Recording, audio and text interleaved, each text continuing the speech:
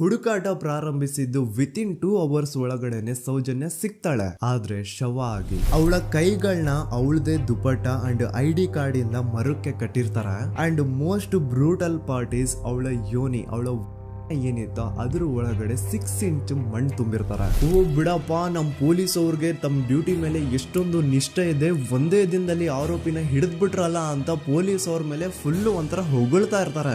ಆದ್ರೆ ಪಾಪ ಜನರಿಗೆ ಎಲ್ಲಿ ಗೊತ್ತಿತ್ತು ಈ ಕೇಸ್ ನ ರಿಯಲ್ ಆರೋಪಿ ಬೇರೆ ಯಾರೋ ಇದಾರೆ, ಪೊಲೀಸ್ ಅವರೇ ಈ ಕೇಸ್ ನ ಮಿಸ್ಲೀಡ್ ಮಾಡೋದಕ್ಕೆ ಸುಮ್ನೆ ಸಂತೋಷ್ನ ಅರೆಸ್ಟ್ ಮಾಡಿದ್ದಾರೆ ಅಂತ. ಪೊಲೀಸ್ ಅವರು ಈ ಕೇಸ್ ಅಲ್ಲಿ ಕರಪ್ಟ್ ಆಗಿದ್ದಾರೆ, ಪೊಲೀಸ್ ಅವರೇ ಸತ್ಯ ಮುಚ್ಚಿಡ್ಲಿಕ್ಕೆ ಟ್ರೈ ಮಾಡ್ತಿದ್ದಾರೆ. ಹಾಗಾಗಿ ಈ ಕೇಸ್ ನ ಇನ್ಮುಂದೆ ಪೊಲೀಸ್ ಅವರಲ್ಲದೆ CBI ಅವರು ಇನ್ವೆಸ್ಟಿಗೇಷನ್ ಮಾಡಬೇಕು, ಈ ಕೇಸ್ ನ CBI ಒಪ್ಸಿ ಅಂತ ಅಗೇನ್ ಪ್ರೊಟೆಸ್ಟ್ ಗಳು ಸ್ಟಾರ್ಟ್ ಆಗ್ತವೆ. ಸೌಜನ್ಯ ಕೇಸ್ ಒಂದೇ ಅಲ್ಲ, ನಾರಾಯಣ ಹಾಗೂ ಯಮುನಾ ಕೇಸಲ್ಲೂ, ವೇದವಲ್ಲಿ ಕೇಸಲ್ಲೂ, ಆ ಬ್ಯಾಂಕ್ ಮ್ಯಾನೇಜರ್ ನ ಕೇಸಲ್ಲೂ ಹಾಗೂ ಪದ್ಮಲತಾ ಕೇಸಲ್ಲೂ ಸೀದಾ ಡೈರೆಕ್ಟ್ ಡೌಟ್ ಬರೋದೆ ಊರಿನ ಗೌಡ್ರ ಮೇಲೆ. ಸೌಜನ್ಯ ಕೇಸ್ ಬಿಟ್ಟು ಆ ಇನ್ನೊಂದು ಕೇಸ್ ಯಾವುದು, ಅದಕ್ಕೂ ಸಂತೋಷ್ಗೂ ಏನ್ ಸಂಬಂಧ, ಅದ್ರಲ್ಲಿ ಯಾಕೆ ಸಂತೋಷ್ನ ಪೊಲೀಸ್ ಅವರು ಫಿಟ್ ಮಾಡಿದ್ರು ಅಂತ ಪ್ರತಿಯೊಂದು ಹೇಳ್ತೀನಿ.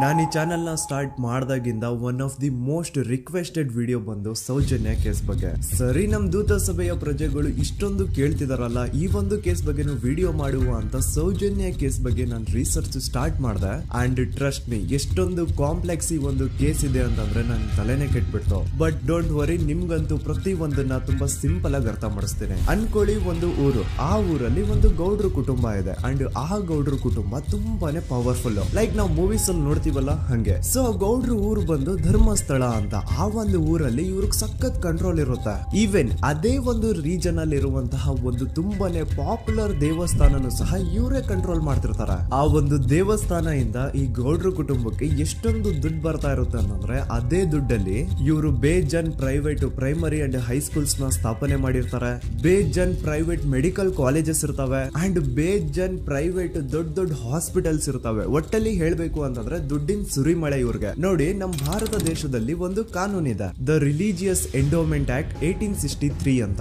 ಬೇಸಿಕಲಿ ಈ ಒಂದು ಕಾನೂನು ಏನ್ ಹೇಳುತ್ತೆ ಅಂತಂದ್ರೆ, ಭಾರತದಲ್ಲಿ ಯಾವ್ದೆಲ್ಲ ಹಿಂದೂ ಟೆಂಪಲ್ಸ್ ಇದಾವೋ ಅವೆಲ್ಲ ಗವರ್ಮೆಂಟ್ ಪ್ರಾಪರ್ಟಿ. ಆ ಹಿಂದೂ ಟೆಂಪಲ್ಸ್ ನ ಮ್ಯಾನೇಜ್ಮೆಂಟ್ ಎಲ್ಲ ಗವರ್ಮೆಂಟ್ ಕೈಗೆ ಹೋಗಿ ಗವರ್ಮೆಂಟ್ ಡಿಸೈಡ್ ಮಾಡುತ್ತೆ ಆ ಮ್ಯಾನೇಜ್ಮೆಂಟ್ ಅಲ್ಲಿ ಯಾರ್ ಕೆಲ್ಸಕ್ಕೆ ಇರಬೇಕು, ಯಾರ್ ಕೆಲ್ಸಕ್ಕೆ ಇರಬಾರ್ದು, ಅಂಡ್ ಆ ಟೆಂಪಲ್ ಇಂದ ಬರ್ತಿರುವಂತಹ ಡೊನೇಷನ್ ಅಮೌಂಟ್ ನ ಏನ್ ಮಾಡಬೇಕು ಅಂತ. ಸೊ ಈ ಒಂದು ಕಾನೂನಿನ ಪ್ರಕಾರ ಗವರ್ಮೆಂಟ್ ಇಂಡಿಯಾದಲ್ಲಿ ಇರುವಂತಹ ಆಲ್ಮೋಸ್ಟ್ ಎಲ್ಲಾ ಹಿಂದೂ ಟೆಂಪಲ್ಸ್ ನ ತನ್ನ ಕಂಟ್ರೋಲ್ ಅಲ್ಲಿ ತಗೋತಾ ಇರ್ಬೇಕಾದ್ರೆ ಗವರ್ಮೆಂಟ್ ಅಫಿಷಿಯಲ್ಸ್ ಧರ್ಮಸ್ಥಳ ಶ್ರೀ ಮಂಜುನಾಥ ದೇವಸ್ಥಾನಕ್ಕೂ ರೀಚ್ ಔಟ್ ಮಾಡ್ತಾರೆ. ಅಂಡ್ ಆಗ ಇಷ್ಟು ದಿನ ಟೆಂಪಲ್ ನ ಕಂಟ್ರೋಲ್ ಮಾಡ್ತಿದ್ದಂತಹ ಆ ಗೌಡ್ರ ಕುಟುಂಬ ಏನ್ ಹೇಳುತ್ತೆ ಗೊತ್ತಾ, ಇಲ್ಲ ಇದು ಹಿಂದೂ ಟೆಂಪಲ್ ಅಲ್ಲ, ಇದು ಜೈನ್ ಫ್ಯಾಮಿಲಿಗೆ ಬಿಲಾಂಗ್ ಮಾಡುವಂತಹ ಒಂದು ಪ್ರೈವೇಟ್ ಟೆಂಪಲ್ ಅಂತ ಹೇಳ್ತಾರೆ. ನಾನು ಇಷ್ಟು ದಿನ ಧರ್ಮಸ್ಥಳ ಶ್ರೀ ಮಂಜುನಾಥ ದೇವಸ್ಥಾನ ಒಂದು ಹಿಂದೂ ಟೆಂಪಲ್ ಅಂತ ಅನ್ಕೊಂಡಿದ್ದೆ. ಆದ್ರೆ ಈಗಷ್ಟೇ ನನಗೂ ಗೊತ್ತಾಗಿದ್ದು ಇದು ಹಿಂದೂ ಟೆಂಪಲ್ ಅಲ್ಲ, ಇದು ಒಂದು ಜೈನ್ ಫ್ಯಾಮಿಲಿಗೆ ಬಿಲಾಂಗ್ ಮಾಡುವಂತಹ ಪ್ರೈವೇಟ್ ಜೈನ್ ಟೆಂಪಲ್ ಅಂತ. ಸೊ ಹೀಗಾಗಿ ಗವರ್ಮೆಂಟ್ ಅಫಿಷಿಯಲ್ಸ್ ಏನೂ ಮಾಡಕ್ಕಾಗದೆ ಇವತ್ತಿನವರೆಗೂ ಈ ಒಂದು ಧರ್ಮಸ್ಥಳ ಶ್ರೀ ಮಂಜುನಾಥ ದೇವಸ್ಥಾನನ ಒಂದು ಪ್ರೈವೇಟ್ ಟ್ರಸ್ಟ್ ನಡೆಸ್ಕೊಂಡು ಹೋಗ್ತಿದೆ. ಅಂಡ್ ಆ ಪ್ರೈವೇಟ್ ಟ್ರಸ್ಟ್ ನ ಓನರ್ ಯಾರು, ಅದೇ ಗೌಡ್ರ ಕುಟುಂಬ. ನೋಡಿ, ನಾನು ಈ ವಿಡಿಯೋದಲ್ಲಿ ಯಾರ್ದು ರಿಯಲ್ ನೇಮ್ಸ್ ನ ಬಳಸ್ತಿಲ್ಲ. ಪ್ರೀವಿಯಸ್ಲಿ ಬೇರೆ ಯೂಟ್ಯೂಬರ್ಸ್ ತಮ್ಮ ವಿಡಿಯೋಸ್ ಅಲ್ಲಿ ರಿಯಲ್ ನೇಮ್ಸ್ ನ ಬಳಸಿದ್ದಾರೆ ಅನ್ನೋ ಒಂದೇ ಒಂದು ಕಾರಣಕ್ಕೆ ಅವ್ರ ವಿಡಿಯೋಸ್ ನ ಡಿಲೀಟ್ ಮಾಡಿಸಿದ್ದಾರೆ. ಸೊ ಅವ್ರ ಜೊತೆ ಆಗಿದ್ದು ನನ್ ಜೊತೆ ಆಗೋದ್ ಬೇಡ, ಸತ್ಯ ಮುಚ್ಚೋಗೋದು ನನ್ಗೆ ಇಷ್ಟ ಇಲ್ಲ. ಹಾಗಾಗಿ ನಾನು ಇಲ್ಲಿ ರಿಯಲ್ ನೇಮ್ಸ್ ನ ಬಳಸ್ತಿಲ್ಲ. ಆದ್ರೆ ನಾನು ಯಾರನ್ನ ಪಾಯಿಂಟ್ ಔಟ್ ಮಾಡಿ ಹೇಳ್ತಿದ್ದೀನಿ ಅನ್ನೋದು ಮಾತ್ರ ನಿಮಗೆ ತುಂಬಾ ಕ್ಲಿಯರ್ಲಿ ಅರ್ಥ ಆಗುತ್ತೆ. Don't worry.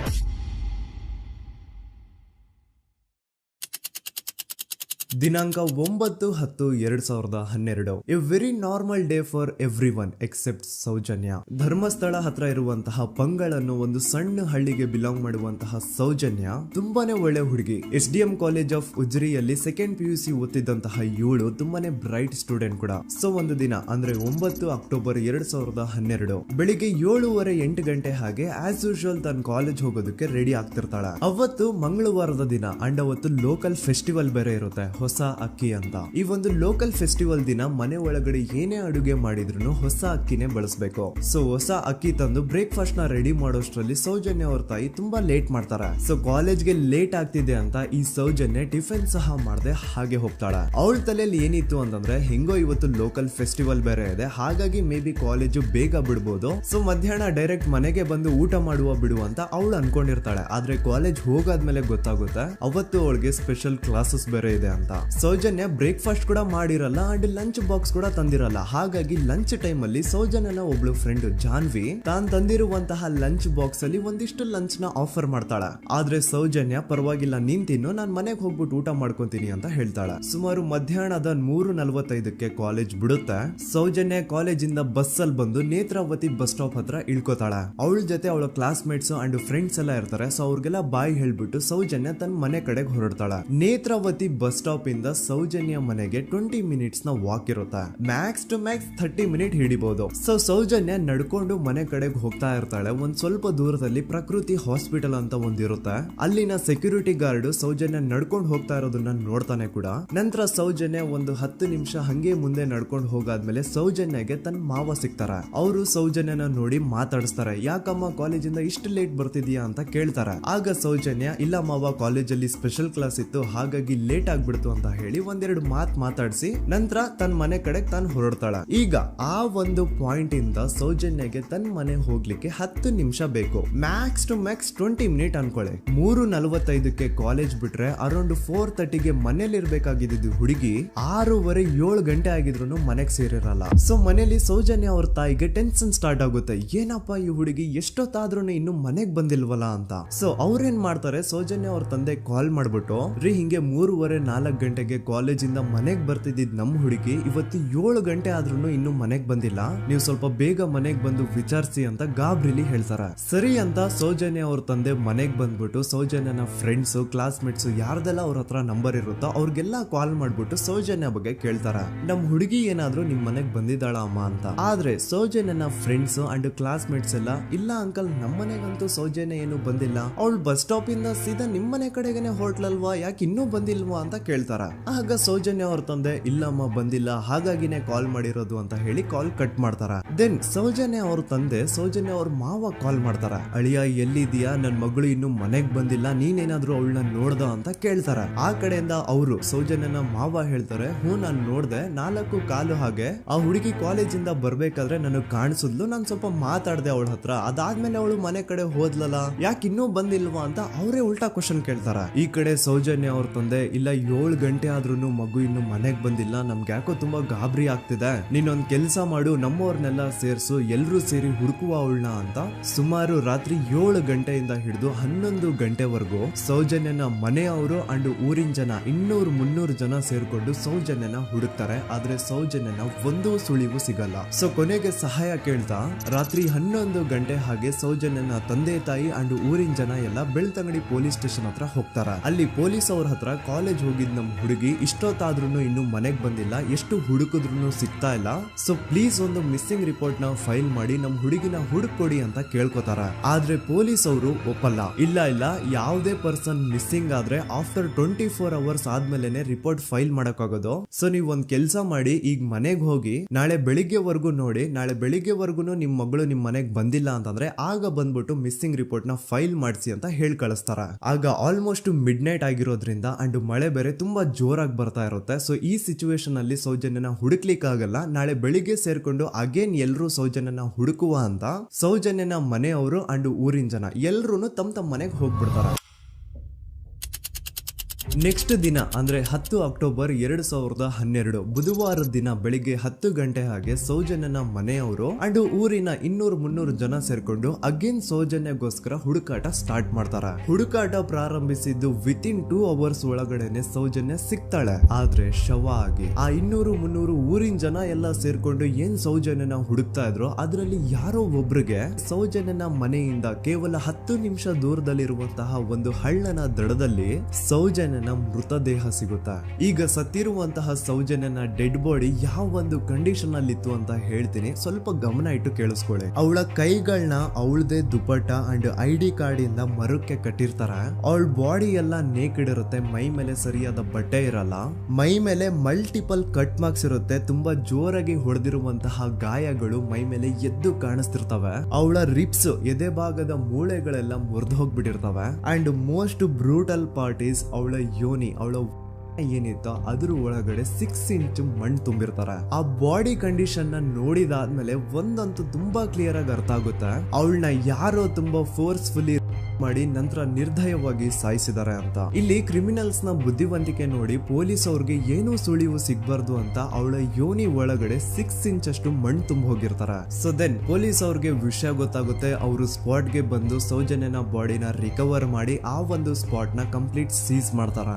ಒಬ್ಳು ಸಾಮಾನ್ಯ ಮಿಡಲ್ ಕ್ಲಾಸ್ ಹುಡುಗಿ, ಒಬ್ಳು ವೆರಿ ಬ್ರೈಟ್ ಸ್ಟೂಡೆಂಟ್ ನ ಈ ಮಟ್ಟಿಗೆ ಇಷ್ಟು ನಿರ್ದಯವಾಗಿ ಸಾಯಿಸಿರೋದು ಯಾರು?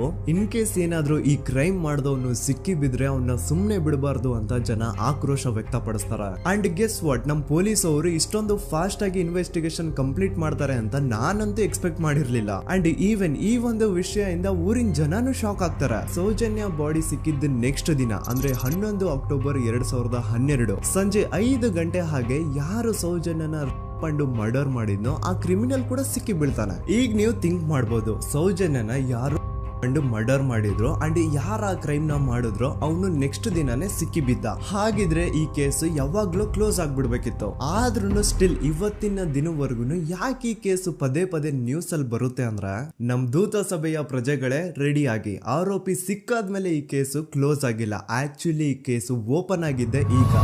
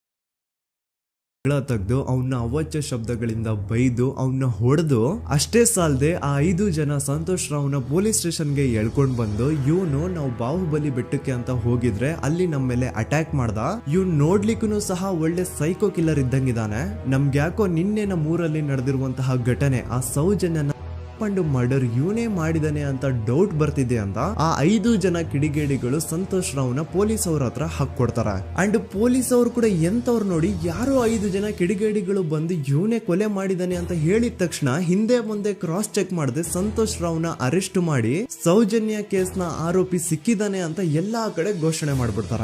ಜನರಿಗೆ ಈ ಕಡೆ ಒಂಥರ ನೆಮ್ಮದಿ, ಓ ಬಿಡಪ್ಪ ನಮ್ ಪೊಲೀಸ್ ಅವ್ರಿಗೆ ತಮ್ಮ ಡ್ಯೂಟಿ ಮೇಲೆ ಎಷ್ಟೊಂದು ನಿಷ್ಠೆ ಇದೆ, ಒಂದೇ ದಿನದಲ್ಲಿ ಆರೋಪಿನ ಹಿಡಿದ್ಬಿಟ್ರಲ್ಲ ಅಂತ ಪೊಲೀಸ್ ಅವ್ರ ಮೇಲೆ ಫುಲ್ ಒಂಥರ ಹೊಗಳ್ತಾ ಇರ್ತಾರೆ.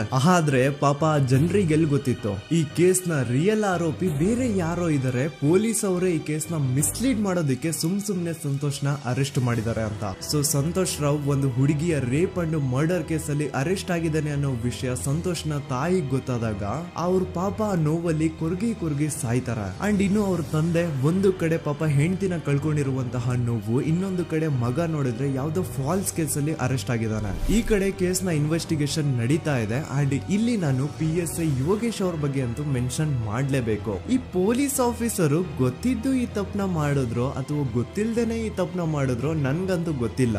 ಸೊ ಇವ್ರು ಏನ್ ಮಾಡ್ತಾರೆ ಅಂತಂದ್ರೆ ಸೌಜನ್ಯನ ಬಾಡಿನ ಪೋಸ್ಟ್ ಮಾರ್ಟಮ್ ಗೆ ಕಳಿಸಿದಾಗ ಡಾಕ್ಟರ್ಸ್ ಹಂಗೋ ಹಿಂಗೋ ಮಾಡಿ ಇಂದ ಕೆಲವೊಂದು ಸ್ಪರ್ಮ್ ನ ಸ್ಯಾಂಪಲ್ಸ್ ಕಲೆಕ್ಟ್ ಮಾಡ್ತಾರ. ಅದನ್ನ ಅವರು PSI ಯೋಗೇಶ್ಗೆ ಕೊಟ್ಟು ಇದನ್ನ ವಿತಿನ್ 72 ಅವರ್ಸ್ ಒಳಗಡೆ ಇನ್ನೊಂದು ಲ್ಯಾಬ್ ಗೆ ಸಬ್ಮಿಟ್ ಮಾಡಿ ಅಂತ ತುಂಬಾ ಕ್ಲಿಯರ್ ಆಗಿ ಹೇಳ್ತಾರೆ. ಆದ್ರೆ PSI ಯೋಗೇಶ್ ಆ ಸ್ಪರ್ಮ್ ಸ್ಯಾಂಪಲ್ಸ್ ನ ವಿತಿನ್ 72 ಅವರ್ಸ್ ಒಳಗಡೆ ಲ್ಯಾಬ್ ಕಳ್ಸೋದಿರ್ಲಿ, ಅದನ್ನ 12 ದಿನ ಆದ್ಮೇಲೆ ಲ್ಯಾಬ್ ಕಳಿಸ್ತಾರ. ಅಷ್ಟೊತ್ತಿಗೆ ಆಲ್ರೆಡಿ ಆ ಸ್ಪರ್ಮ್ ಸ್ಯಾಂಪಲ್ಸ್ ಗೆಲ್ಲ ಫಂಗಸ್ ಹಿಡಿದು ಅದು ಅನ್ಫಿಟ್ ಫಾರ್ ಟೆಸ್ಟಿಂಗ್ ಅಂತ ಬರುತ್ತೆ. ಈಗ ನೀವೇ ಹೇಳಿ, ಎಂತ ಡಂಬೆಸ್ಟ್ ಪರ್ಸನ್ ಪೊಲೀಸ್ ಆಫೀಸರ್ ಆಗಿದ್ರು ಅವನ ಹತ್ರ ಒಂದು ಮರ್ಡರ್ ಕೇಸ್ ಬಂದಾಗ ಅವನ ಹತ್ರ ಇರೋ ಮೇನ್ ಸಾಕ್ಷಿನೇ, ಮೇನ್ ಎವಿಡೆನ್ಸ್ ಆ ಹುಡುಗಿಯ ಇಂದ ಕಲೆಕ್ಟ್ ಆಗುವಂತಹ ಸ್ಪರ್ಮ್ ಸ್ಯಾಂಪಲ್ಸ್. ಸೊ ಅದನ್ನ ಮೊದಲು ಲ್ಯಾಬ್ ಕಳಿಸಿ ಅದನ್ನ ಐಡೆಂಟಿಫೈ ಮಾಡೋದು ಪೊಲೀಸ್ ಅವರ ಫಸ್ಟ್ ಡ್ಯೂಟಿ. ಆದ್ರೆ ಇಲ್ಲಿ PSI ಯೋಗೇಶ್ ಅವರು ಇದನ್ನೇ ಮರ್ತು ಹೋದ್ರು ಅಂತ ನೋಡಿ. ಯಾವುದೇ ಒಂದು ಕೇಸ್ ಅಲ್ಲಿ ಪೊಲೀಸ್ ಅವರು ಆದಷ್ಟು ಎವಿಡೆನ್ಸ್ ನ ಕಲೆಕ್ಟ್ ಮಾಡೋದಕ್ಕೆ ಟ್ರೈ ಮಾಡ್ತಾರ.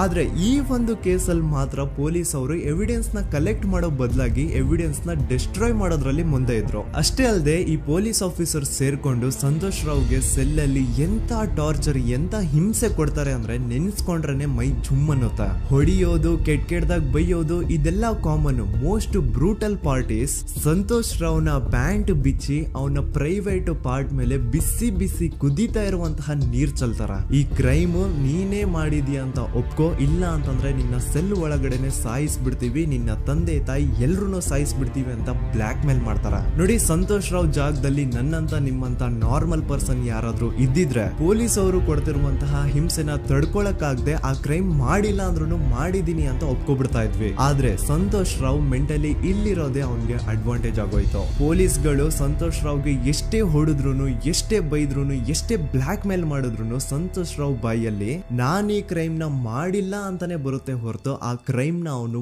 ಒಪ್ಕೊಳ್ಳೋದೇ ಇಲ್ಲ. ದೆನ್ ಕೋರ್ಟ್ ಟ್ರಯಲ್ಸ್ ಸ್ಟಾರ್ಟ್ ಆಗುತ್ತೆ. ಈ ಕ್ರೈಮ್ ನ ಸಂತೋಷೇ ಮಾಡಿದಾನೆ ಅಂತ ಸೌಜನ್ಯ ಕಡೆಯ ಲಾಯರ್ ವಾದ ಮಾಡ್ತಾನೆ. ಅದಕ್ಕೆ ಆಪೋಸಿಟ್ ಆಗಿ ಸಂತೋಷ್ ರಾವ್ ಕಡೆಯಿಂದ ಒಬ್ರು ಲಾಯರ್ ಇಲ್ಲ, ಸಂತೋಷ್ ರಾವ್ ಈ ಕ್ರೈಮ್ ನ ಮಾಡ್ಲಿಕ್ಕೆ ಸಾಧ್ಯನೇ ಇಲ್ಲ ಅಂತ ವಾದ ಮಾಡ್ತಿರ್ತಾರೆ. ಅಂಡ್ ಕೋರ್ಟ್ ಇಂದ ಆಚೆಗಡೆ ಸಂತೋಷ್ ರಾವ್ ನ ಅಗೇನ್ಸ್ಟ್ ಸ್ಟೂಡೆಂಟ್ಸ್ ಪ್ರೊಟೆಸ್ಟ್ ನಡೆಯುತ್ತೆ, ಪಬ್ಲಿಕ್ ಪ್ರೊಟೆಸ್ಟ್ ನಡೆಯುತ್ತೆ. ಅರೆಸ್ಟ್ ಆಗಿರುವಂತಹ ಸಂತೋಷ್ ರಾವ್ಗೆ ಗಲ್ಲಿಗೇರಿಸ್ರಿ ಅಂತ ಅವ್ರು ಡಿಮ್ಯಾಂಡ್ ಮಾಡ್ತಿರ್ತಾರೆ. ಸೊ ಹೀಗೆ ಒಂದು 2-3 ವರ್ಷ ಕಳೆದು ಹೋಗುತ್ತೆ. ನಂತರ ಒಂದು ಕೋರ್ಟ್ ಟ್ರಯಲ್ ಅಲ್ಲಿ ಸಂತೋಷ್ ರಾವ್ ಪರವಾಗಿ ಹೋರಾಡ್ತಿದ್ದಂತಹ ಲಾಯರ್ ಯಾಕೆ ಈ ಕೇಸ್ ಅಲ್ಲಿ ಸಂತೋಷ್ ಆರೋಪಿ ಅಲ್ಲ ಅಂತ ಪ್ರೂವ್ ಮಾಡ್ಲಿಕ್ಕೆ ಕೆಲವೊಂದು ಪಾಯಿಂಟ್ಸ್ ನ ಮುಂದೆ ಇಡ್ತಾರೆ. ಅದೇನಂತಂದ್ರೆ, ಮೊದಲನೇದಾಗಿ ಸಂತೋಷ್ ರಾವ್ ಈ ಕ್ರೈಮ್ ನ ಮಾಡಿದಾನೆ ಅಂತ ಒಬ್ರು ಒಂದು ಐ ವಿಟ್ನೆಸ್ ಇರಲ್ಲ. ಇನ್ನೊಂದೇನು ಅಂತಂದ್ರೆ, ಯಾವೊಂದು ಕಂಡೀಷನ್ ಅಲ್ಲಿ, ಯಾವೊಂದು ಬ್ರೂಟಲ್ ಕಂಡೀಷನ್ ಅಲ್ಲಿ ಸೌಜನ್ಯನ ಬಾಡಿ ಸಿಕ್ಕಿತ್ತೋ ಅದನ್ನ ಗಮನದಲ್ಲಿಟ್ಕೊಂಡು ಸ್ವಲ್ಪ ಪ್ರಾಕ್ಟಿಕಲ್ ಆಗಿ ಥಿಂಕ್ ಮಾಡಿದ್ರೆ ಆ ಒಂದು ಭೀಕರ ಕ್ರೈಮ್ ನ ಒಬ್ನೇ ಮಾಡ್ಲಿಕ್ಕೆ ಸಾಧ್ಯನೇ ಇಲ್ಲ. ಇನ್ನೊಂದು ಪಾಯಿಂಟ್ ಏನು ಅಂತಂದ್ರೆ, ಸೌಜನ್ಯನ ಇಂದ ಪೊಲೀಸ್ ಅವ್ರಿಗೆ ಯಾವುದೇ ಸ್ಪರ್ಮ್ ಸ್ಯಾಂಪಲ್ ಸಿಗ್ಬಾರ್ದು ಅಂತ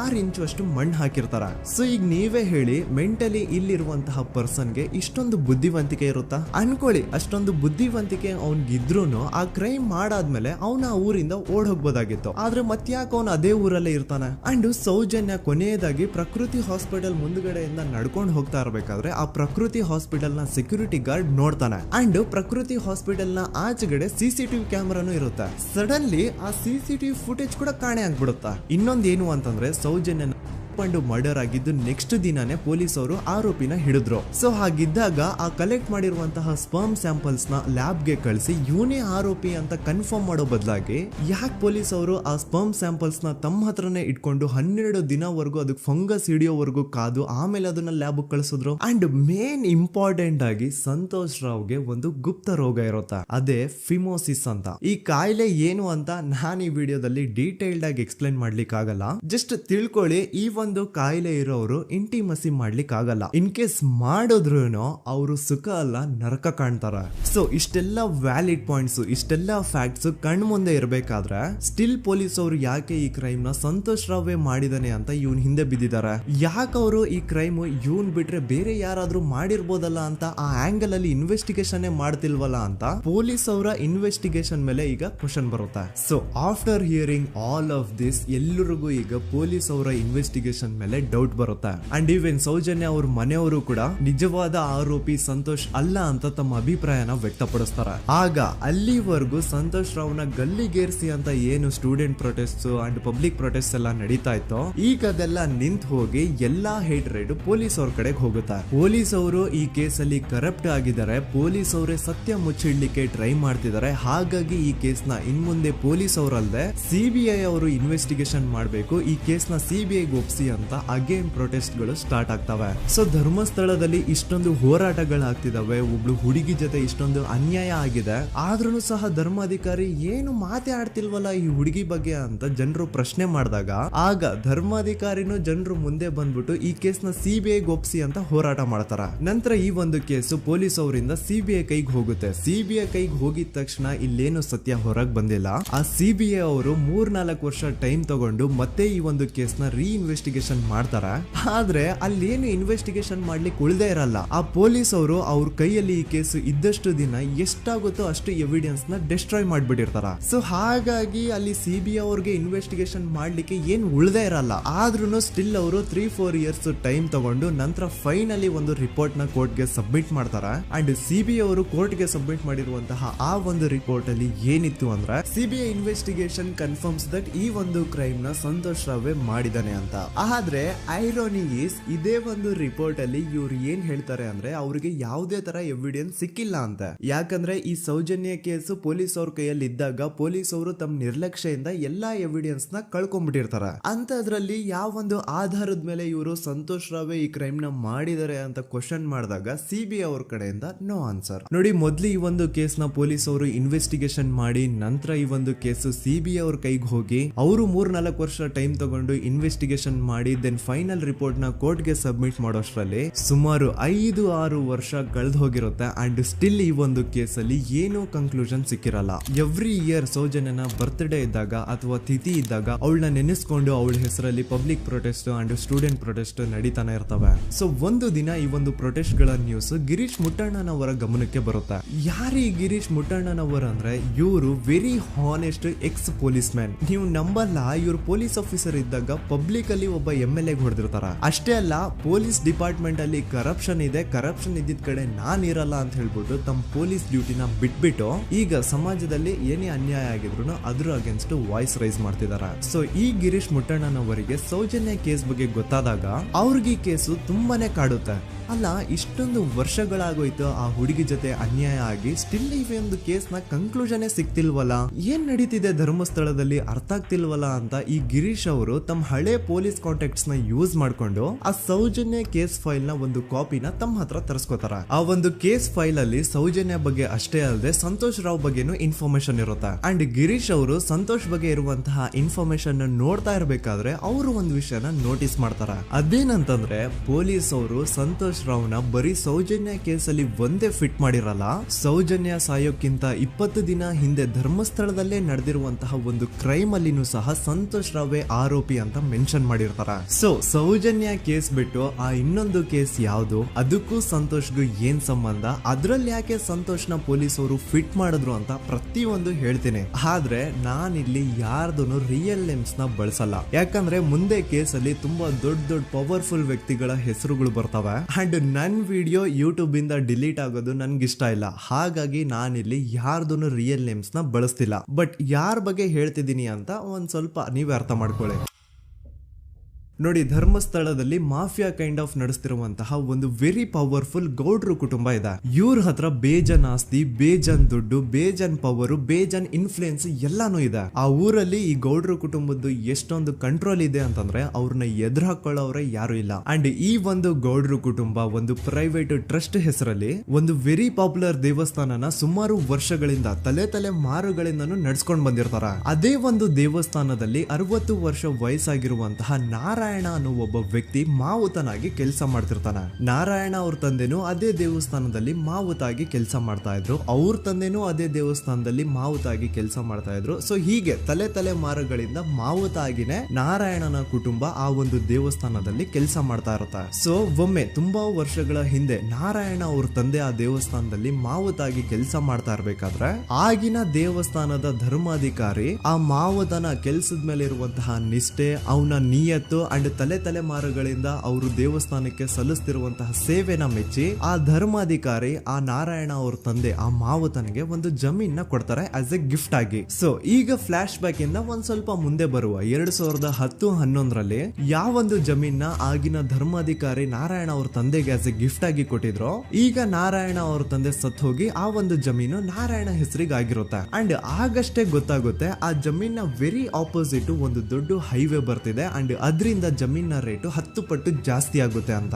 ಸೊ ಈ ವಿಷಯ ಗೊತ್ತಾಗಿ ನೋಡಿ ದಾನ ಮಾಡದಂತಹ ಧರ್ಮಾಧಿಕಾರಿ ಅಂತೂ ಸತ್ ಹೋದ್ರು, ಆದ್ರೆ ಅವ್ರ ಮುಂದಿನ ಪೀಳಿಗೆ ಅವ್ರಿಗೆ ಈ ಜಮೀನ್ ಮೇಲೆ ಕಣ್ಬಿದ್ದು ನಾರಾಯಣ ಅವ್ರ ಹತ್ರ ಆ ಜಾಗನ ವಾಪಸ್ ಕೇಳ್ತಾರ. ಆದ್ರೆ ನಾರಾಯಣ ಕೊಡಲ್ಲ. ಇಲ್ಲ ನಾನ್ ಯಾಕೆ ಕೊಡ್ಲಿ, ನಮ್ ತಂದೆಯಿಂದ ಸಿಕ್ಕಿರುವಂತಹ ಜಮೀನ್ ಇದು, ನಮ್ ತಂದೆಯ ಕೊನೆ ಗುರುತು ಇದು ನನ್ನ ಹತ್ರ ಇರೋದು, ಸೊ ಇದನ್ನ ನಾನ್ ಯಾವುದೇ ಕಾರಣಕ್ಕೂ ಬಿಟ್ಕೊಡಲ್ಲ ಅಂತ ಆ ಗೌಡ್ರು ಕುಟುಂಬನ ನಾರಾಯಣ ಎದುರು ಹಾಕೋತಾರ.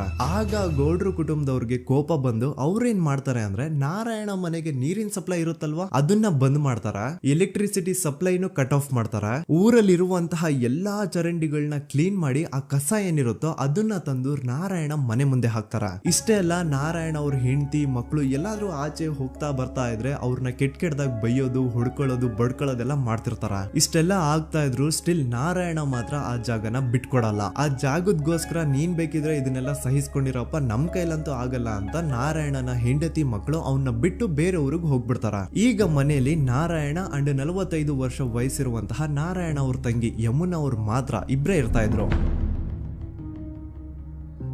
ಸೊ ಒಂದೊಳ್ಳೆ ಅವಕಾಶ ನೋಡ್ಕೊಂಡು 21 ಸೆಪ್ಟೆಂಬರ್ 2012 ಮನೆಯಲ್ಲಿ ನಾರಾಯಣ ಹಾಗೂ ಯಮುನಾ ಇರ್ಬೇಕಾದ್ರೆ ಯಾರೋ ಮನೆ ಒಳಗಡೆ ನುಗ್ಗಿ ನಾರಾಯಣನ್ಗೆ ಹೊಡೆದು ಯಮುನಾಗೂ ಸಹ ಹೊಡೆದು ನಂತರ ಅವಳು ಮಾಡಿ ದೆನ್ ನಾರಾಯಣ ಹಾಗೂ ಯಮುನನ ತಲೆನ ಒಂದು ರುಬ್ಬೋ ಗುಂಡಿಂದ ಚಚ್ಚಿ ಸಾಯಿಸ್ಬಿಡ್ತಾರ. ಈ ಕೊಲೆ ಆಗಿದ್ದು ಕಳ್ಳತನಗೋಸ್ಕರ ಅಂತ ಪೊಲೀಸ್ ಅವರು ತಮ್ಮ ರಿಪೋರ್ಟ್ ಅಲ್ಲಿ ಬರೀತಾರ. ಆದ್ರೆ ಪಾಯಿಂಟ್ ಏನ್ ಗೊತ್ತಾ, ಆ ಮನೇಲಿ ಒಂದ್ ಸ್ವಲ್ಪನೂ ಹಣ ಆಗ್ಲಿ ಅಥವಾ ಬಂಗಾರ ಆಗ್ಲಿ ಕಳ್ಳತನ ಆಗಿರಲ್ಲ. ಕಳ್ಳತನ ಆಗಿರೋದು ಕೇವಲ ಆ ಮೇನ್ ರೋಡ್ ಅಲ್ಲಿ ಇದ್ದಂತಹ ಪ್ರಾಪರ್ಟಿ ಪೇಪರ್ಸ್.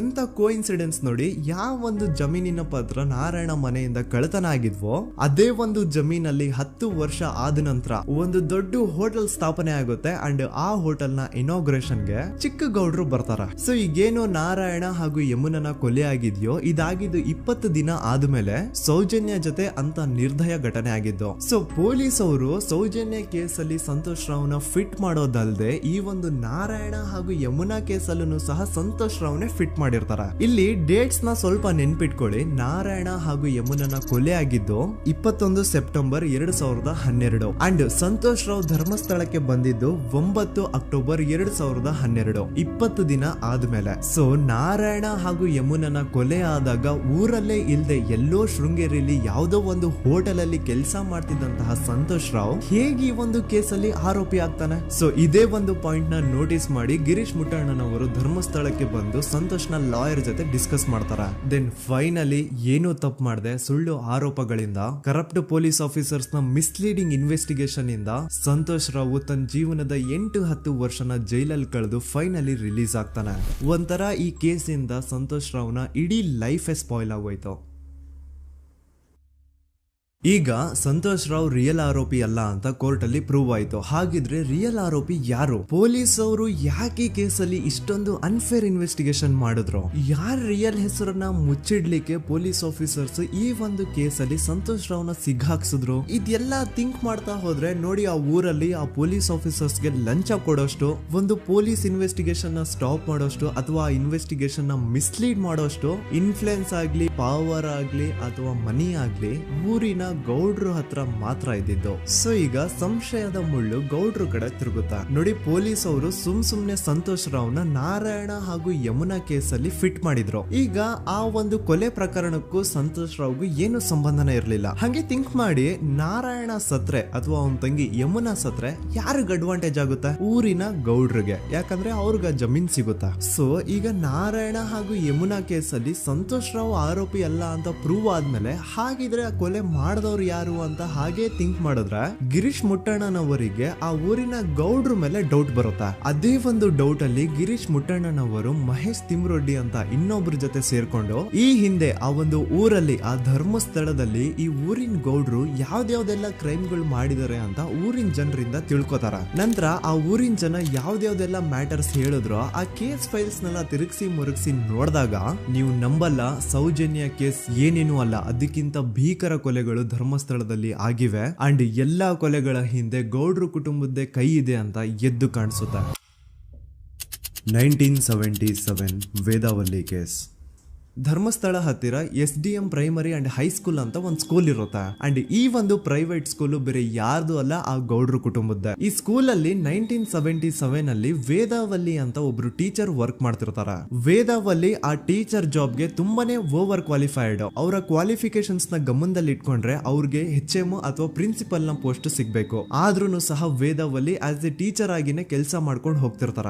ಒಮ್ಮೆ ಏನಾಗುತ್ತೆ, ಸ್ಕೂಲ್ ಅಲ್ಲಿ ಪ್ರಿನ್ಸಿಪಲ್ ನ ಪೋಸ್ಟ್ ಖಾಲಿ ಆಗುತ್ತೆ ಅಂಡ್ ಆ ಒಂದು ಪೋಸ್ಟ್ ಗೆ ಎಲ್ರು ಏನ್ ಅನ್ಕೊಳ್ತಾರೆ, ವೇದಾವಲ್ಲಿನೇ ಸೆಲೆಕ್ಟ್ ಮಾಡೋದು ಅಂತ. ಆದ್ರೆ ವೇದಾವಲ್ಲಿಯ ಕ್ಯಾಸ್ಟ್ ಬೇರೆ ಇದೆ ಅನ್ನೋ ಒಂದೇ ಒಂದು ಕಾರಣಕ್ಕೆ ಆ ಪ್ರಿನ್ಸಿಪಲ್ ನ ಪೋಸ್ಟ್ ವೇದಾವಲ್ಲಿಗೆ ಸಿಗದೆ ಬೇರೆ ಯಾರನ್ನೋ ತಂದು ಕೂರಿಸ್ಬಿಟ್ಟಿರ್ತಾರ. ಇದ್ರಿಂದ ಟೀಚರ್ ವೇದಾವಲ್ಲಿಗೆ ತುಂಬಾ ಕೋಪ ಬಂದು ಅವ್ರ ಸ್ಕೂಲ್ ಮುಂದೆ ಪ್ರೊಟೆಸ್ಟ್ ಮಾಡೋದ್ ಸ್ಟಾರ್ಟ್ ಮಾಡ್ತಾರ. ಅಂಡ್ ಈ ವಿಷಯ ಸ್ಕೂಲ್ ನ ಓನರ್ಸ್ ಗೆ ಇಷ್ಟ ಆಗಲ್ಲ. ಸೊ ಅವರು ಆ ಕೋಪನ ಹಾಗೆ ಮನ್ಸಲ್ಲಿ ಇಟ್ಕೊಂಡಿರ್ತಾರ. ಒಮ್ಮೆ ಏನಾಗುತ್ತೆ, ಸ್ಕೂಲ್ ರಜೆ ಇರುತ್ತೆ, ವೇದಾವಲ್ಲಿ ಮನೇಲಿ ಇರ್ತಾರ ಅಂಡ್ ಅವ್ರ ಹಸ್ಬೆಂಡ್ ಡಾಕ್ಟರ್ ಅರಳೆ ಅವ್ರಿಗೆ ಯಾವ್ದೋ ಬೇರೆ ಊರಲ್ಲಿ ಒಂದು ಕಾಲೇಜ್ ಅಲ್ಲಿ ಸೆಮಿನಾರ್ ಏನೋ ಇರುತ್ತೆ. ಸೊ ಅವರು ಅಲ್ಲಿಗೆ ಹೋಗಿರ್ತಾರೆ. ಈಗ ಮನೇಲಿ ಇರೋದು ವೇದಾವಲ್ಲಿ ಒಂದೇ. ಇದೇ ಒಂದು ಅವಕಾಶನ ನೋಡ್ಕೊಂಡು ಯಾರೋ ವೇದಾವಲ್ಲಿ ಅವ್ರ ಮನೆಗೆ ನುಗ್ಗಿ ವೇದಾವಲ್ಲಿಗೆ ಹೊಡೆದು ನಂತರ ಅವ್ರನ್ನ ಜೀವಂತವಾಗಿ ಸುಟ್ಬಿಡ್ತಾರ. ಸ್ವಲ್ಪ ಹೊತ್ತು ನಂತರ ರಾತ್ರಿ ಆಗ್ತಿದ್ದಂಗೆ ಡಾಕ್ಟರ್ ಅರಳೆ ಅವರು ಮನೆಗೆ ವಾಪಸ್ ಬರ್ತಾರೆ ಅಂಡ್ ಮನೆ ಒಳಗಡೆ ಬಂದ್ ನೋಡಿದ್ರೆ ವೇದಾವಲ್ಲಿ ಅವರು ಸತ್ ಹೋಗಿ ಅವರ ಬಾಡಿ ಸುಟ್ ಹೋಗಿ ನೆಲದ ಮೇಲೆ ಬಿದ್ದಿದೆ. ಹೆಂಡತಿನ ಕಳ್ಕೊಂಡಿರುವಂತಹ ದುಃಖನ ಸೈಡ್ಗೆ ಇಟ್ಟು ಡಾಕ್ಟರ್ ಅರಳೆ ಅವರು ಮೊದ್ಲು ಪೊಲೀಸ್ ಸ್ಟೇಷನ್ ಹೋಗ್ಬಿಟ್ಟು ನಮ್ ಮನೆಗೆ ನಾನು ಇಲ್ದೇ ಇರುವಂತಹ ಸಮಯನ ನೋಡ್ಕೊಂಡು ಯಾರೋ ಮನೆ ಒಳಗಡೆ ನುಗ್ಗಿ ನನ್ನ ಹೆಂಡತಿನ ಹೊಡೆದು ನಂತರ ಅವಳನ್ನ ತುಂಬಾ ಭೀಕರವಾಗಿ ಸಾಯಿಸಿದರೆ ಅಂತ ಪೊಲೀಸ್ ಅವ್ರಿಗೆ ರಿಪೋರ್ಟ್ ಕೊಡಕ್ ಹೋದ್ರೆ ಅಲ್ಲಿ ಪೊಲೀಸ್ ಅವರು ಉಲ್ಟಾ ಡಾಕ್ಟರ್ ಅರಳೆ ಮೇಲೆನೆ FIR ಬರ್ದು ನೀನೇ ನಿನ್ ಹೆಂಡತಿನ ಸಾಯಿಸಿದ್ಯಾ, ನಾಟಕ ಮಾಡಬೇಡ ಅಂತ ಅವ್ರನ್ನೇ ಅರೆಸ್ಟ್ ಮಾಡ್ಬಿಡ್ತಾರ. ನಂತರ 2-3 ವರ್ಷ ಜೈಲಲ್ಲೇ ಇದ್ದು ಡಾಕ್ಟರ್ ಅರಳೆ ಅವರು ತಮ್ಮ ಫ್ರೆಂಡ್ಸ್ ಅಂಡ್ ಫ್ಯಾಮಿಲಿ ಮೂಲಕ ಎವಿಡೆನ್ಸ್ ನೆಲ್ಲ ಕಲೆಕ್ಟ್ ಮಾಡಿಸಿ ತಾನ ಕೊಲೆನ ಮಾಡಿಲ್ಲ, ತನ್ನ ಹೆಂಡತಿನ ಸಾಯಿಸಿಲ್ಲ ಅಂತ ಕೋರ್ಟ್ ಅಲ್ಲಿ ಪ್ರೂವ್ ಮಾಡ್ಕೊಂಡು ಜೈಲಿಂದ ರಿಲೀಸ್ ಆಗ್ತಾರ. ಸೊ ಈಗ ಡಾಕ್ಟರ್ ಅರಳೆ ಅವರು ಈ ಒಂದು ಕ್ರೈಮ್ ನ ಮಾಡಿಲ್ಲ ಅಂತಂದ್ರೆ ವೇದಾವಲ್ಲಿನ ಅಷ್ಟು ಭೀಕರವಾಗಿ ಸಾಯಿಸಿದವ್ರು ಯಾರು, ಈ ವಿಷಯ ಇವತ್ತಿನವರೆಗೂ ಗೊತ್ತಾಗಿಲ್ಲ. 1986 ಅಲ್ಲಿ ನಡೆದಂತಹ ಪದ್ಮಲತಾ ಕೇಸ್. ಪದ್ಮಲತಾ ಅವ್ರ ತಂದೆ ಕಮ್ಯುನಿಸ್ಟ್ ಪಾರ್ಟಿನ ಲೀಡರ್ ಇರ್ತಾರೆ. ಅವ್ರ ರಿಯಲ್ ನೇಮ್ ಏನು ಅಂತ ನಮಗ್ ಗೊತ್ತಾಗಿಲ್ಲ, ಬಟ್ ಈ ವಿಡಿಯೋದಲ್ಲಿ ಅವ್ರ ಹೆಸರು ಲಕ್ಷ್ಮಣ್ ಅಂತ ಅನ್ಕೊಳ್ಳಿ. ಸೊ ಕಮ್ಯುನಿಸ್ಟ್ ಪಾರ್ಟಿನ ಲೀಡರ್ ಇರುವಂತಹ ಲಕ್ಷ್ಮಣ್ ಅವ್ರಿಗೆ ಊರಲ್ಲಿ ತುಂಬಾನೇ ಸಪೋರ್ಟ್ ಇರುತ್ತೆ. ಊರಿನ ಜನರ ಫೇವ್ರೇಟ್ ಇರ್ತಾರೆ ಇವರು. ಅಂಡ್ ಅದೇ ವರ್ಷ ಅಂದ್ರೆ 1986 ಅಲ್ಲಿ ಪಂಚಾಯತ್ ಎಲೆಕ್ಷನ್ ಬೇರೆ ಇರುತ್ತೆ ಅಂಡ್ ಎಲ್ರಿಗೂ ಗೊತ್ತಿತ್ತು ಲಕ್ಷ್ಮಣೆ ಗೆಲ್ಲೋದು ಅಂತ. ಆ ಪಂಚಾಯತ್ ಎಲೆಕ್ಷನ್ ಅಲ್ಲಿ ಲಕ್ಷ್ಮಣ್ ಆಪೋಸಿಟ್ ಗೌಡ್ರಿಗೆ ತುಂಬಾ ಬೇಕಾಗಿರೋರು ಒಬ್ರು ನಿಂತಿರ್ತಾರ ಅಂಡ್ ಅವ್ರಿಗೂ ಗೊತ್ತಿತ್ತು ಎಲೆಕ್ಷನ್ ಏನಾದ್ರು ಆದ್ರೆ ಲಕ್ಷ್ಮಣ ಎಲೆಕ್ಷನ್ ಅಲ್ಲಿ ಗೆಲ್ಲೋದು ಅಂತ. ಸೊ ಎಲ್ಲಿ ಸೋತೋಗ್ಬಿಡ್ತೀವೋ ಅನ್ನೋ ಭಯಕ್ಕೆ ಆ ಗೌಡ್ರು ಕಡೆ ಅವ್ರು ಏನ್ ಮಾಡ್ತಾರೆ, ಲಕ್ಷ್ಮಣ್ ಅಪ್ರೋಚ್ ಮಾಡಿ ಮುಚ್ಕೊಂಡು ಈ ಪಂಚಾಯತ್ ಎಲೆಕ್ಷನ್ ಅಲ್ಲಿ ನಿನ್ ನಾಮಿನೇಷನ್ ನ ಕ್ಯಾನ್ಸಲ್ ಮಾಡು ಅಂತ ವಾರ್ನಿಂಗ್ ಕೊಡ್ತಾರ. ಆದ್ರೆ ಲಕ್ಷ್ಮಣ್ ಅವರು ಅಂಜದೆ ನೀವ್ ಏನ್ ಮಾಡ್ತಿರೋ ಮಾಡ್ಕೊಳ್ರಿ, ಆದ್ರೆ ನಾನ್ ಮಾತ್ರ ನಾಮಿನೇಷನ್ ನ ಕ್ಯಾನ್ಸಲ್ ಮಾಡಲ್ಲ ಅಂತ ಆ ಗೌಡ್ರು ಕುಟುಂಬನ ಎದುರು ಹಾಕೋತಾರ. ದೆನ್ ಎಂತ ಕೋಇನ್ಸಿಡೆನ್ಸ್ ನೋಡಿ, ನೆಕ್ಸ್ಟ್ ಡೇನೆ ಲಕ್ಷ್ಮಣ್ ಅವ್ರ ಮಗಳು ಪದ್ಮಲತಾ ಕಿಡ್ನಾಪ್ ಆಗ್ತಾಳ. ಸುಮಾರು 56 ದಿನ ಅವಳನ್ನ ಯಾರೋ ಕಿಡ್ನಾಪ್ ಮಾಡ್ತಾರೆ ಅಂಡ್ ಆ 56 ದಿನ ಡೈಲಿ ಅವಳನ್ನ ಶೋಷಣೆ ಕೂಡ ಮಾಡ್ತಾರ. ನಂತರ 56 ದಿನ ಆದ್ಮೇಲೆ ಪದ್ಮಲತನ ಬಾಡಿ ನೇತ್ರಾವತಿ ನದಿಲಿ ತೇಲ್ತಾ ಸಿಗುತ್ತಾ. ಆಸ್ ಎಕ್ಸ್ಪೆಕ್ಟೆಡ್ ಈ ಕೇಸಲ್ಲೂ ಪೊಲೀಸ್ ಅವ್ರ ಕಡೆಯಿಂದ ಪ್ರಾಪರ್ ಇನ್ವೆಸ್ಟಿಗೇಷನ್ ಆಗಲ್ಲ ಅಂಡ್ ಯಾರ್ ಪದ್ಮಲತನ ಕಿಡ್ನಾಪ್ ಮಾಡಿದ್ರು, ಯಾರು ಅವಳನ್ನ 15 ದಿನವರೆಗೂ ಶೋಷಣೆ ಮಾಡಿ ನಂತರ ಅವಳನ್ನ ಅಷ್ಟು ಭೀಕರವಾಗಿ ಸಾಯಿಸಿದ್ರು ಅಂತ ಇವತ್ತಿನ ದಿನದವರೆಗೂ ಗೊತ್ತಾಗಿಲ್ಲ. ಮತ್ತೆ ನಮಗೆ ಗೊತ್ತಾದದು 22ಕ್ಕೆ ಸ್ಕೂಲ್ ಡೇ 56 ದಿನ ಕಳೆದು ಹೊಳೆಯಲ್ಲಿ ಏನೋ ಉಂಟು ಕೇಳಿ ಪೊಲೀಸಿನವರು ಬರುವಾಗ ಬಂದು ಹೇಳುವಾಗ ನಮಗೆ ಗೊತ್ತಾಗ ಅವರು ನನ್ನನ್ನು ಕರ್ಕೊಂಡೋಗಿ ಅಲ್ಲಿ ಹೋಗಿದೆ. ಇನ್ನೊಂದು ಲಾಸ್ಟ್ ಕೇಸ್ ಇದೆ, ಇದು ಅರ್ಲಿ 2000 ಅಲ್ಲಿ ನಡೆದಿರೋದು. ಇವ್ರದ್ದು ಅಷ್ಟಾಗಿ ಡೀಟೇಲ್ಸ್ ನಾನು ಹೇಳಲ್ಲ, ಜಸ್ಟ್ ಮೇಲ್ ಹೇಳ್ತೀನಿ. 2000 ಇಸ್ವಿಯಲ್ಲಿ ಧರ್ಮಸ್ಥಳದಲ್ಲಿ 2 ಫಿನಾನ್ಸ್ ಬ್ಯಾಂಕ್ ಇರ್ತಾವೆ. ಒಂದು ಅಗೇನ್ ರಿಯಲ್ ನೇಮ್ ತಗೊಳ್ಳೋದು ಬೇಡ, ಲೈಕ್ ಜಸ್ಟ್ ಸಹಕಾರ ಗ್ರಾಮೀಣ ಬ್ಯಾಂಕ್ ಅನ್ಕೊಳ್ಳಿ. ಅಂಡ್ ಇನ್ನೊಂದು ಬಂದ್ಬಿಟ್ಟು SDM ಫೈನಾನ್ಸ್ ಪ್ರೈವೇಟ್ ಲಿಮಿಟೆಡ್. ಈ SDM ಫೈನಾನ್ಸ್ ಪ್ರೈವೇಟ್ ಲಿಮಿಟೆಡ್ ಬಂದು ಗೌಡ್ರು ಕುಟುಂಬ ಅವ್ರಿಗೆ ಸೇರಿದ್ದು. ಆ ಕಡೆ ಇವ್ರ ಆಪೋಸಿಟ್ ಏನದು ಗ್ರಾಮೀಣ ಬ್ಯಾಂಕ್ ಇತ್ತು, ಅದರಲ್ಲಿ ಒಬ್ಬ ಮ್ಯಾನೇಜರು ಬಡವ್ರಿಗೆ ಸಹಾಯ ಆಗ್ಲಿ ರೈತರಿಗೆ ಸಹಾಯ ಆಗ್ಲಿ ಅಂತ ತುಂಬಾ ಕಡಿಮೆ ಬಡ್ಡಿಗೆ ಲೋನ್ ಕೊಡ್ತಿರ್ತಾನೆ. ಇದರಿಂದಾಗಿ ಧರ್ಮಸ್ಥಳದಲ್ಲಿ ಆಲ್ಮೋಸ್ಟ್ ಎಲ್ಲಾ ಕಸ್ಟಮರ್ಸ್ ಆ ಗ್ರಾಮೀಣ ಬ್ಯಾಂಕ್ ಕಡೆಗೆ ಹೋಗ್ತಿರ್ತಾರೆ. SDM ಫೈನಾನ್ಸ್ ಪ್ರೈವೇಟ್ ಲಿಮಿಟೆಡ್ ಕಡೆಗೆ ಯಾರು ಬರ್ತಿರಲ್ಲ. ಇದರಿಂದ ಗೌಡ್ರಿಗೆ ಲಾಸ್ ಆಗ್ತಿರುತ್ತ. ಸೊ ಅವ್ರೇನ್ ಮಾಡ್ತಾರೆ, ಆ ಗ್ರಾಮೀಣ ಬ್ಯಾಂಕ್ ನ ಮ್ಯಾನೇಜರ್ ಏನಿದ್ನೋ ಅವನ್ಗೆ ಒಂದು ಸ್ವೀಟ್ ವಾರ್ನಿಂಗ್ ಕೊಡ್ತಾರ. ಮುಚ್ಕೊಂಡು ಇನ್ಮೇಲೆ ಇಂದ ನಿನ್ ಲೋನ್ಸ್ ಕೊಡೋದನ್ನ ನಿಲ್ಸ್ಬಿಡು. ಇನ್ ಕೇಸ್ ಲೋನ್ ಕೊಟ್ರು ನಾವ್ ಯಾವ ಇಂಟ್ರೆಸ್ಟ್ ರೇಟ್ ಗೆ ಲೋನ್ ನ ಕೊಡ್ತಾ ಇದೀವೋ ಅದೇ ರೇಟ್ ಗೆ ನೀನು ಕೊಡುವ ಅಂತ ಫೋರ್ಸ್ ಮಾಡ್ತಾರ. ಆದ್ರೆ ಆ ಗ್ರಾಮೀಣ ಬ್ಯಾಂಕ್ ನ ಮ್ಯಾನೇಜರ್ ಇದ್ಯಾವುದನ್ನು ಕಿವಿಗೆ ಹಾಕೊಳ್ಳಾರ್ದೆ ಅವ್ನ್ ಕೆಲಸ ಅವ್ನ್ ಮಾಡ್ಕೊಂಡು ಹೋಗ್ತಾನ. ದೆನ್ ಸಡನ್ಲಿ ಒಂದು ದಿನ ಬ್ಯಾಂಕ್ ಮ್ಯಾನೇಜರ್ ನ ಹೆಂಡತಿನ ಮನೆ ಒಳಗಡೆನೆ ನುಗ್ಗಿ ಯಾರು ಮಾಡಿ ತುಂಬಾ ಭೀಕರವಾಗಿ ಸಾಯಿಸ್ಬಿಡ್ತಾರ. ಇದರ ರಿಗಾರ್ಡಿಂಗ್ ಆ ಬ್ಯಾಂಕ್ ಮ್ಯಾನೇಜರ್ ಪೊಲೀಸ್ ಸ್ಟೇಷನ್ ಅಲ್ಲಿ ಕಂಪ್ಲೇಂಟ್ ಕೊಡಕ್ ಹೋದ್ರೆ ಪೊಲೀಸ್ ಅವರು ಉಲ್ಟಾ ಆ ಬ್ಯಾಂಕ್ ಮ್ಯಾನೇಜರ್ ಹೆಸರಲ್ಲೇ FIR ಬರ್ದು ನೀನೇ ನಿನ್ ಹೆಂಡತಿನ ಸಾಯಿಸಿದ್ಯಾ ಅಂತ ಅವನ್ನೇ ಅರೆಸ್ಟ್ ಮಾಡ್ಬಿಡ್ತಾರ. ನಂತರ ಒಂದ್ 2-3 ವರ್ಷ ಆ ಬ್ಯಾಂಕ್ ಮ್ಯಾನೇಜರ್ ಜೈಲಲ್ಲಿ ಇರ್ತಾನೆ. ಅದಾದ್ಮೇಲೆ ಅವನ ಕ್ರೈಮ್ ನ ಮಾಡಿಲ್ಲ ಅಂತ ಕೋರ್ಟ್ ಅಲ್ಲಿ ಪ್ರೂವ್ ಆಗುತ್ತೆ. ಆದ್ರೆ ರಿಯಲ್ ಕ್ರೈಮ್ ಮಾಡಿದವರು ಯಾರು ಅಂತ still it's A question mark. And ಇನ್ನೊಂದು ನಾರಾಯಣ ಅಂಡ್ ಯಮುನಾ ಕೇಸ್ ಬಗ್ಗೆ ಅಂತೂ ನಾನು ಆಗ್ಲೇ ನಿಮ್ಗೆ ಎಕ್ಸ್ಪ್ಲೇನ್ ಮಾಡಿದೆ. ಸೊ ಎಂತ ಕೋಇನ್ಸಿಡೆಂಟ್ಸ್ ಗಳು ನೋಡಿ, ಯಾರೆಲ್ಲ ಆ ಧರ್ಮಸ್ಥಳದಲ್ಲಿ ಗೌಡ್ರು ಕುಟುಂಬನ ಎದುರಾಕೊಂಡಿದಾರೋ ಅವ್ರ ಜೀವನದಲ್ಲಿ ಏನೋ ಒಂದು ತುಂಬಾ ದೊಡ್ಡ ದುರಂತ ನಡೆದು ಹೋಗುತ್ತಾ. ಅಂಡ್ ಸರ್ಪ್ರೈಸಿಂಗ್ಲಿ ಅವ್ರ ಕೇಸಲ್ಲಿ ಪೊಲೀಸ್ ಅವ್ರ ಕಡೆಯಿಂದ ಪ್ರಾಪರ್ ಇನ್ವೆಸ್ಟಿಗೇಷನ್ ಆಗಲ್ಲ. ಅಂಡ್ ಯಾರ ಕ್ರೈಮ್ ನ ಮಾಡಿದ್ರು ಅಂತ ಯಾವತ್ತೂ ಹೊರಗೆ ಬರೋದೇ ಇಲ್ಲ. ಸೊ ಈ ಗೌಡ್ರು ಕುಟುಂಬದವರು ಧರ್ಮಸ್ಥಳದಲ್ಲಿ ಬೇಜನ್ ಕರ್ಮಕಾಂಡಗಳನ್ನ ಮಾಡಿದ್ದಾರೆ. ಅಂಡ್ ಅವ್ರ ಪವರ್ ಅಂಡ್ ಅವ್ರಿಗಿರುವಂತಹ ಇನ್ಫ್ಲೂಯೆನ್ಸ್ ಇಂದ ಆ ಎಲ್ಲಾ ಕೇಸ್ ನ ಮುಚ್ಚಾಕಿದ್ದಾರೆ ಅಂತ ಮಹೇಶ್ ಹಾಗೂ ಗಿರೀಶ್ ಮುಟ್ಟಣ್ಣನವರ ಹೇಳಿಕೆ ಆಗಿದೆ. ಸೊ ಗೌಡ್ರು ಫ್ಯಾಮಿಲಿನ ಟ್ರ್ಯಾಕ್ ರೆಕಾರ್ಡ್ ನೋಡಿದ್ರೆ ಧರ್ಮಸ್ಥಳದಲ್ಲಿ ಒಂದು ಹುಡುಗಿನ ರೇಪ್ ಅಂಡ್ ಮರ್ಡರ್ ಮಾಡಿ ದೆನ್ ಪೊಲೀಸ್ ಅವ್ರಿಗೆ ಲಂಚ ಕೊಟ್ಟು ಇನ್ವೆಸ್ಟಿಗೇಷನ್ ನ ಮಿಸ್ಲೀಡ್ ಮಾಡೋಷ್ಟು ಪವರ್ ಇನ್ಫ್ಲೂಯೆನ್ಸ್ ಈ ಗೌಡ್ರು ಕುಟುಂಬಕ್ಕೆ ಮಾತ್ರ ಇರೋದು. ಈಗ ಸಂತೋಷ್ ರಾವ್ ಅಂತೂ ಸೌಜನ್ಯ ಕೇಸಲ್ಲಿ ಆರೋಪಿ ಅಲ್ಲ ಅಂತ ಪ್ರೂವ್ ಆಯ್ತು. ಹಾಗಿದ್ರೆ ರಿಯಲ್ ಆರೋಪಿ ಯಾರು? ನೆನಪು ಮಾಡ್ಕೊಳ್ಳಿ, 11 ಅಕ್ಟೋಬರ್ 2012 ಸಂಜೆ 5 ಗಂಟೆ ಹಾಗೆ ಬಾಹುಬಲಿ ಬೆಟ್ಟದಲ್ಲಿ ಸಂತೋಷ್ ರಾವ್ ತನ್ನ ಪಾಡಿಗೆ ತಾನು ಸೀನರೀಸ್ ನ ಎಂಜಾಯ್ ಮಾಡ್ಕೊಂಡು ಸುಮ್ನೆ ಕೂತಿರ್ಬೇಕಾದ್ರೆ ಅವನ ಹತ್ರ 5 ಜನ ಕಿಡಿಗೇಡಿಗಳು ಬಂದು ಜಗಳ ತೆಗಿತಾರ. ಆ 5 ಜನ ಕಿಡಿಗೇಡಿಗಳು ಯಾರು ಅಂತ ನಾನು ಇಲ್ಲಿವರೆಗೂ ನಿಮ್ಗೆ ಹೇಳಿಲ್ಲ. ಸೊ ಅವರು ಬೇರೆ ಯಾರು ಅಲ್ಲ, ಚಿಕ್ಕ ಗೌಡ್ರು ಮಗ ನಿಶಾಂತ್ ಜೈನ್ ನ ವೆರಿ ಕ್ಲೋಸ್ ಫ್ರೆಂಡ್ಸ್. ಅವ್ರು ದಣಿ ಮಾಡಿರುವಂತಹ ಕ್ರೈಮ್ ಅಲ್ಲಿ ಬೇರೆ ಯಾರಾದ್ರೂ ಸಿಗಿಸ್ಬೇಕಲ್ಲ ಅಂತ ಇವ್ರು ಬಕ್ರ ಹುಡುಕ್ತಾ ಇರ್ಬೇಕಾದ್ರೆ ಆಗ ಇವ್ರಿಗೆ ಸಿಗೋದೆ ಸಂತೋಷ್ ರಾವ್. ಅಗೇನ್ ಇನ್ನೊಂದು ಎಂತ ಕೋಇನ್ಸಿಡೆನ್ಸ್ ನೋಡಿ, ಸಂತೋಷ್ ರಾವ್ ಸೌಜನ್ಯ ಕೇಸಲ್ಲಿ ಅರೆಸ್ಟ್ ಆದ ನಂತರ ಚಿಕ್ಕ ಗೌಡ್ರು ಮಗ ನಿಶಾಂತ್ ಜೈನ್ ದೇಶನೇ ಬಿಟ್ಟು ಹೋಗ್ಬಿಡ್ತಾನೆ. ಈ ಕೇಸಲ್ಲಿ ಚಿಕ್ಕ ಗೌಡ್ರು ಮಗ ಇನ್ವಾಲ್ವ್ಮೆಂಟ್ ಇದೆ ಅಂತ ಯಾರಿಗೂ ಡೌಟೇ ಬರ್ತಾ ಇರ್ಲಿಲ್ಲ. ಡೌಟ್ ಯಾವಾಗ ಬಂತು ಅಂದ್ರೆ ಆ 5 ಜನ ಕಿಡಿಗೇಡಿಗಳು ಯಾರು ಸಂತೋಷ್ನ ಈ ಒಂದು ಕೇಸಲ್ಲಿ ಸಿಗಾಕ್ಸಿದ್ರು ಆ 5 ಜನರಲ್ಲಿ ಒಬ್ಬ ರವಿ ಪೂಜಾರಿ ಅಂತಾನು ಇರ್ತಾನೆ.